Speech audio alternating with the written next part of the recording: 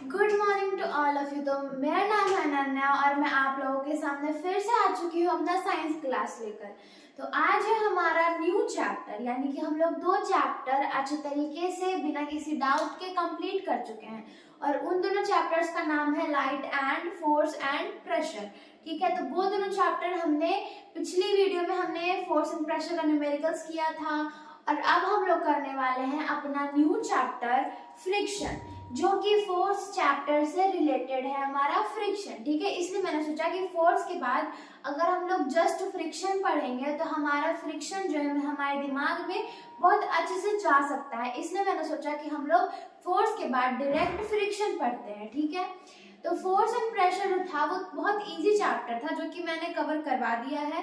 Light भी मैंने cover करवा दिया है। तो अगर उन दोनों चैप्टर्स में आपको कोई भी प्रॉब्लम हो या फिर आपके बुक से रिलेटेड कोई प्रॉब्लम हो तो आप लोग हमसे पूछ सकते हैं, फिर कोई भी प्रॉब्लम हो तो कमेंट्स में। ठीक है, तो आज हम लोग पढ़ने वाले हैं फ्रिक्शन और आज हमारा फ्रिक्शन का पहला क्लास है, मतलब कि फ्रिक्शन का इंट्रोडक्शन। इस वीडियो में हम लोग फ्रिक्शन का इंट्रोडक्शन देखेंगे।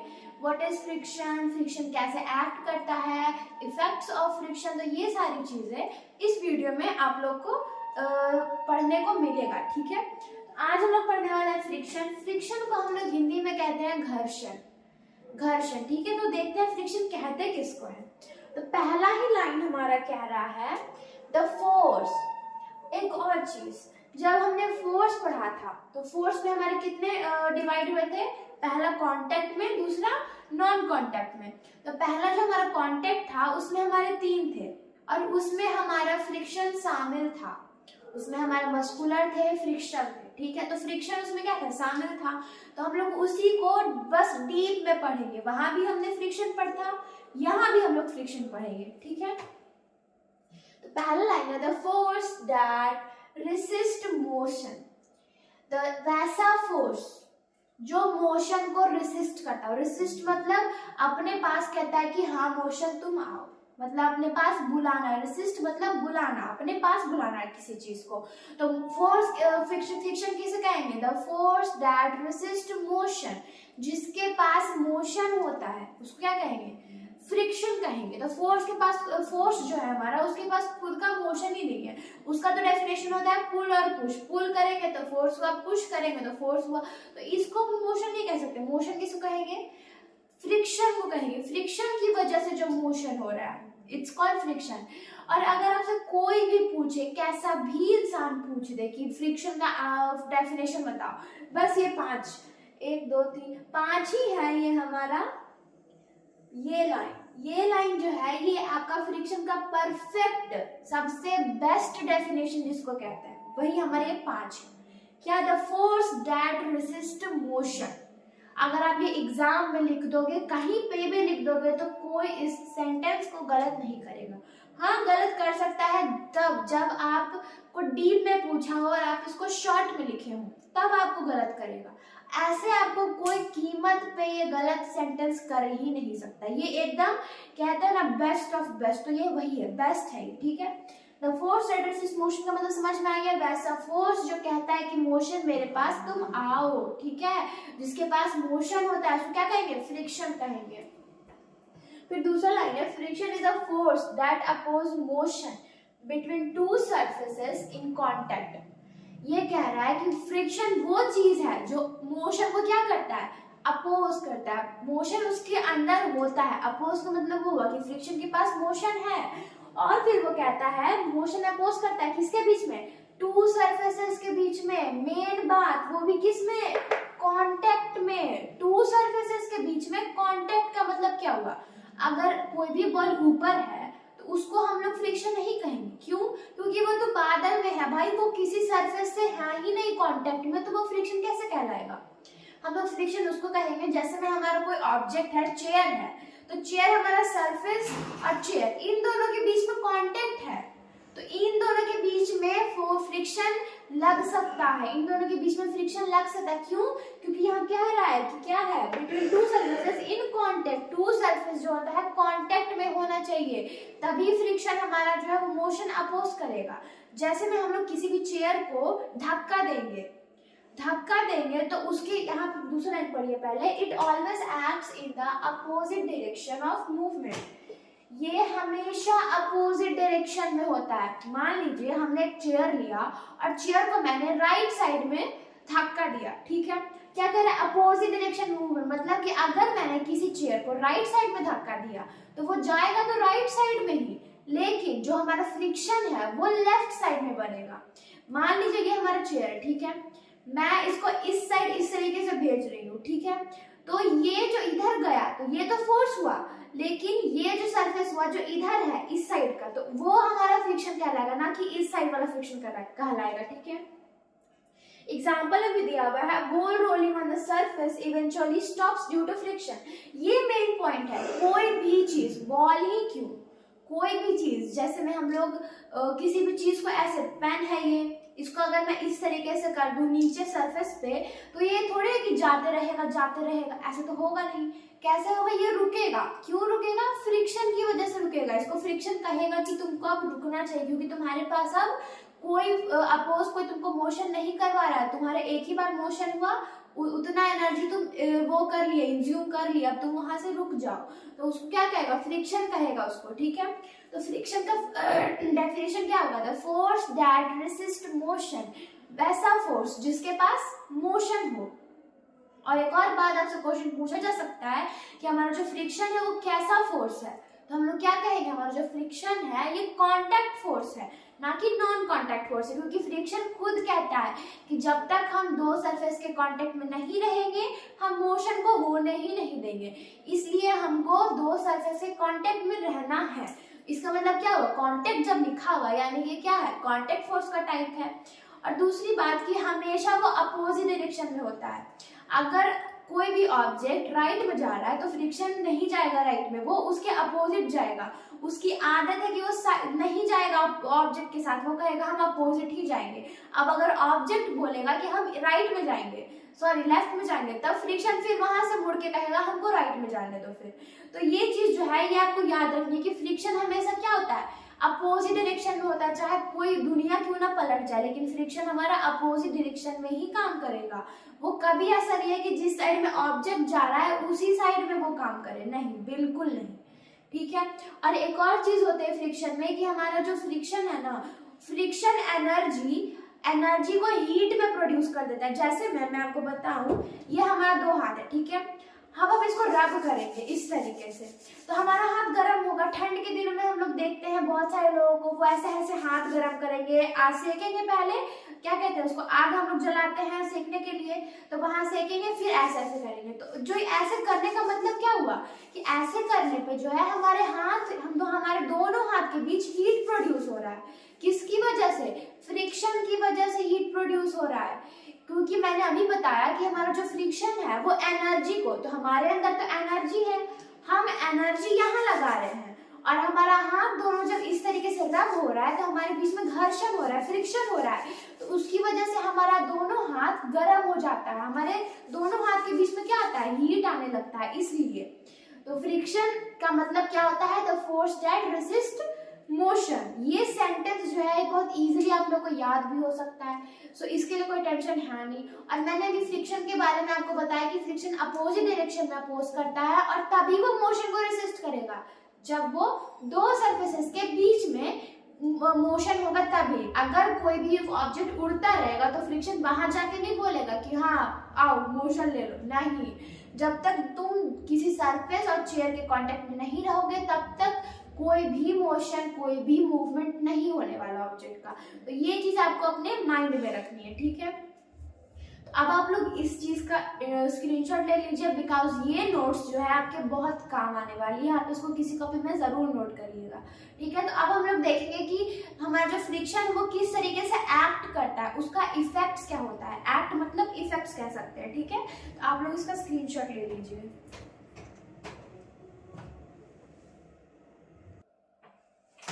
अब हम लोग देखेंगे हाउ फ्रिक्शन एक्ट, फ्रिक्शन किस तरीके से एक्ट करता है, कहाँ पे।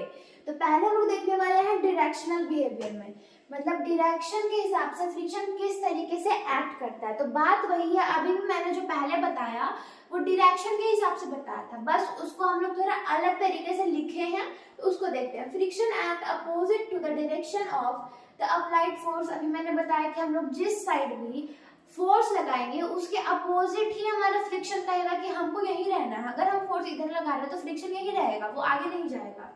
दूसरा है if you push a book right, वही चीज को हम लोग लिख रहे हैं बस।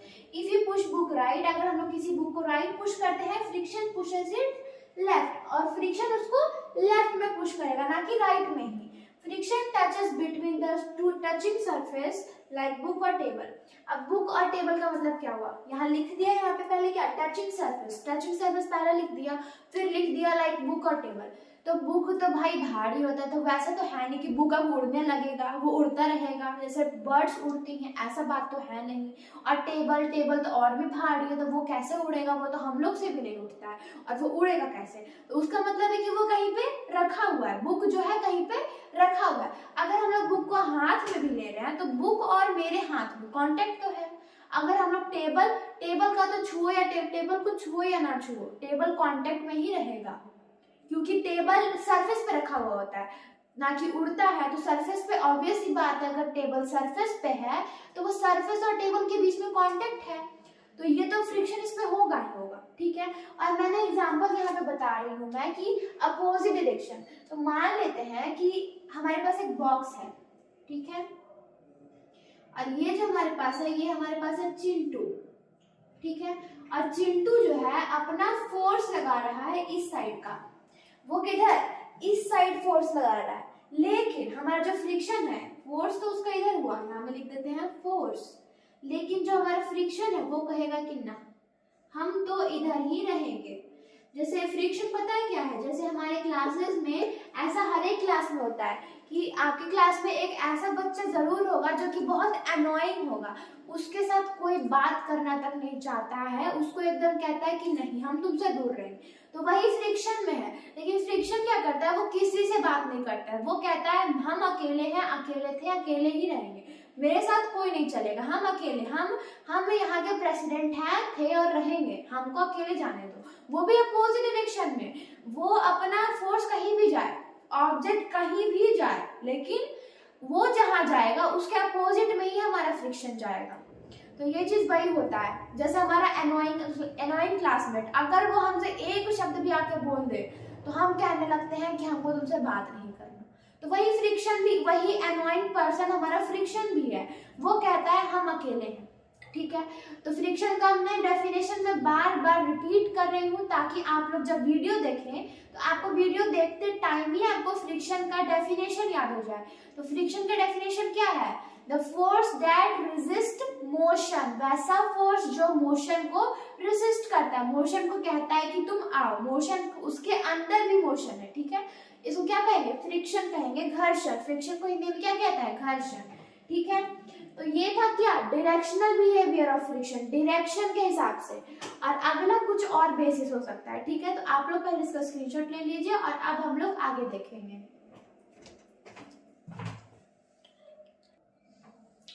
अब हम लोग देखेंगे why moving objects stop eventually. जो हमारा कोई भी ऑब्जेक्ट जो मूवमेंट में होता है वो अचानक से रुक क्यों जाता है। जैसे हमने कोई भी बॉल फेंका तो वो अचानक से रुक जाता है, अचानक से नहीं मतलब पहले जाते रहता है, फिर स्लो होता है, फिर एकदम रुक जाता है। तो वो क्यों रुकता है, तो हमें तो इतना पता है कि वो फ्रिक्शन की वजह से रुकता है, बट कैसे रुकता है तो वो देखते हैं। तो फ्रिक्शन स्लोस थिंग्स डाउन, जो पहले कह रहे हैं कि जो फ्रिक्शन है वही सारे चीजों को क्या करता है, डाउन करता है। मतलब देख लो फ्रिक्शन का पावर देखो, इसलिए उसको मैंने प्रेसिडेंट कहा, भाई इतना पावर उसके पास कि वो अपोजिट डायरेक्शन में जाकर भी कोई मूविंग ऑब्जेक्ट को, जैसे मैं ये था तो इसको अगर मैंने ढकेला तो मान लिया कि फ्रिक्शन तो इधर है और ये उधर जा रहा है, तो ऐसा थोड़ी है कि जाता जाएगा, नहीं, ये रुकेगा। वो भी किसकी वजह से, फ्रिक्शन की वजह से। अब सोचने वाली बात ये है कि फ्रिक्शन इधर गया फिर भी ये ऑब्जेक्ट को वो रोक दिया, जबकि इस ऑब्जेक्ट और फ्रिक्शन में बहुत दूरी थी, फिर भी ऑब्जेक्ट को किसने रोका, फ्रिक्शन ने रोका। मतलब सबसे पावरफुल कौन है, फ्रिक्शन है सबसे पावरफुल। फिर whenever something is moving, friction works to slow it down and eventually stop it. देख रहे हो फ्रिक्शन का अपना ही एक एटीट्यूड है कि वो कहता है slow it down and eventually stop it. किसी भी चीज को वो कहता है कि तुम आगे ही मत बढ़ो, लेकिन जब हम कहें कि रुक जाओ तो रुक जाओ। फ्रिक्शन की वजह से ही कोई भी मूविंग चीजें रुकती है। हमारा कार का ब्रेक, साइकिल का ब्रेक, फुटबॉल में ब्रेक लगता है, किसी भी चीज, कोई भी चीज मूविंग में है, वो मूवमेंट में है, और जब वो रुक जाती है तो मतलब किसकी वजह से रुकी? हमारे प्रेसिडेंट की वजह से। किसकी वजह से? फ्रिक्शन की वजह से रुकी। नेक्स्ट है हमारा फ्रिक्शन ऑलवेज एक्ट। ये चीज ध्यान दीजिए, और ये लाइन जो है ये तीसरी बार आ रही है हमारे नोट्स में, समझ रहे हैं? मतलब जो चीज बार बार आ रही है उसका मतलब कि वो पॉइंट क्या है? बहुत इंपॉर्टेंट है। तो आपको वो पॉइंट अभी जस्ट कॉपी में नोट करना चाहिए, क्योंकि ये पॉइंट बहुत इंपॉर्टेंट है, क्योंकि तीन बार आपको हर एक टॉपिक में ऐसा लाइन है ही जो मैं लेके आ रही हूँ, और ये लाइन मैं जानबूझ कर लेकर आ रही हूँ ताकि ये लाइन मैं बार बार रिपीट करूँ और आप लोग भी इसको बार बार सुने और याद रखें, रिवाइज करें। ठीक है, तो यही कह रहा है कि friction always act in the opposite direction of the moving objects. ये लाइन मैं बार बार इसलिए ला रही हूँ क्योंकि बहुत सारे हमारे भैया दीदी हैं जो इस चीज में कंफ्यूज होते हैं। उनसे पूछा जाता है कि अगर हमारा ऑब्जेक्ट राइट में है तो हमारा फ्रिक्शन कहाँ लगेगा? तो वो डायरेक्ट बोलते हैं कि ऑब्जेक्ट जब राइट में जा रहा है तो फ्रिक्शन भी राइट जाएगा। तो इस चीज में आपकी कोई नंबर ना कटे, आपका कोई लॉस ना हो, इसके लिए मैं ये लाइन बार बार रिपीट कर रही हूँ कि हमारा फ्रिक्शन हमेशा अपोजिट होता है। वो अकेला इंसान है, वो प्रेसिडेंट है हमारा। प्रेसिडेंट के पास क्या बहुत सारे बॉडीगार्ड्स होते हैं, लेकिन वो बॉडीगार्ड नहीं रखता है, वो अकेले है। वो कहता है हम अकेले ही जाएंगे जिधर जाएंगे, और तुम्हारे ही अपोजिट जाएंगे। जो चीज मूवमेंट में है वो उसी के अपोजिट जाता है। ठीक है, तो ये था। फिर है this force changes the object moving energy into heat और मेक्स इट स्लो डाउन। इसका मतलब हुआ कि अब ये फोर्स जो ऐसा है ना, जो हमारी एनर्जी को हीट में प्रोड्यूस कर देता है, एनर्जी को हीट में ट्रांसफर करता है, प्रोड्यूस नहीं, एनर्जी जो है उसको हीट में ट्रांसफर करता है। जैसे मैं एग्जांपल देती हूँ, कोई भी मशीन मान लेते हैं, कोई भी मशीन हो, फुटबॉल को ही ले लेते हैं।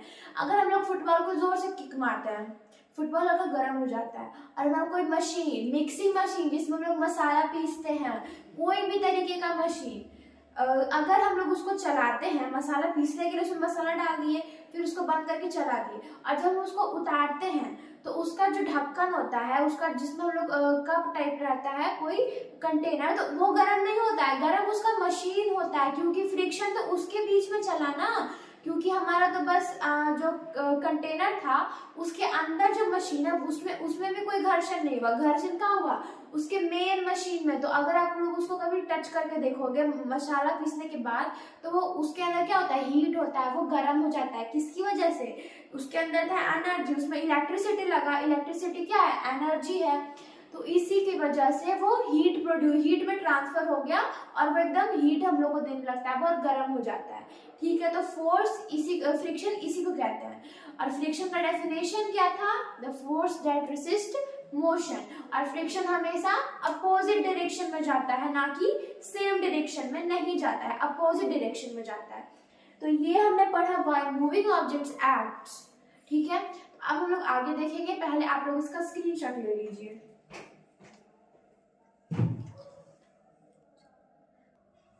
तो हम लोग देखेंगे अब importance of friction in everyday life. हमारे रोज के प्रत्येक दिन हम लोग फ्रिक्शन को किस तरीके से यूज कर रहे हैं। ठीक है, without friction walking would be difficult. बिना फ्रिक्शन के हम लोग चल नहीं सकते हैं। मतलब फ्रिक्शन क्या कहता है? मोशन अपोज करता है। जब मोशन ही नहीं होगा तो हम लोग चलेंगे कैसे? ऐसे तो चलेंगे नहीं। अब ऐसे भी चल रहा है तो फ्रिक्शन ही हो रहा है, और हम लोग बिना अपने सरफेस पे अपने पैर को टच किए तो चल भी नहीं सकते हैं। और जब हमारा पैर और सरफेस टच होगा तो ये एकदम जरूरी बात है कि हमारा फ्रिक्शन होगा ही होगा, क्योंकि फ्रिक्शन खुद बोलता है कि जब हम दो सरफेस के कांटेक्ट में आएंगे तो हम तो फ्रिक्शन करेंगे भाई, बोल ही दिया है फ्रिक्शन ने। फिर vehicles couldn't stop without brake friction. जब तक फ्रिक्शन नहीं होगा तब तक हमारा कोई भी गाड़ी में ब्रेक नहीं लगेगा। कभी कभी होता है ना कि ब्रेक फेल हो जाता है, तो फ्रिक्शन की वजह से ही होता है, और ब्रेक लगता भी है तो वो फ्रिक्शन की वजह से लगता है। फिर हमारा machines wouldn't work as parts wouldn't grip. Last है writing wouldn't be possible without friction between pencil and paper.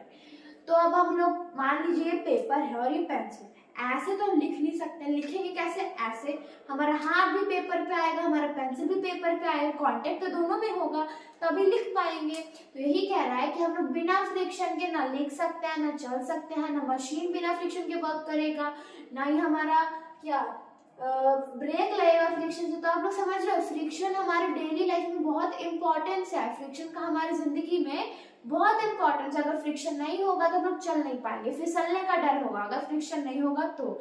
आप लोग आइस पे चल के देखो, आइस इतना स्मूथ होता है कि आप उस पर चल नहीं पाओगे। एक तो वो ठंडा होगा, ऊपर से आपका पैर इतना फिसलेगा कि आप सोच नहीं सकते हो, कभी ट्राई करके देखना।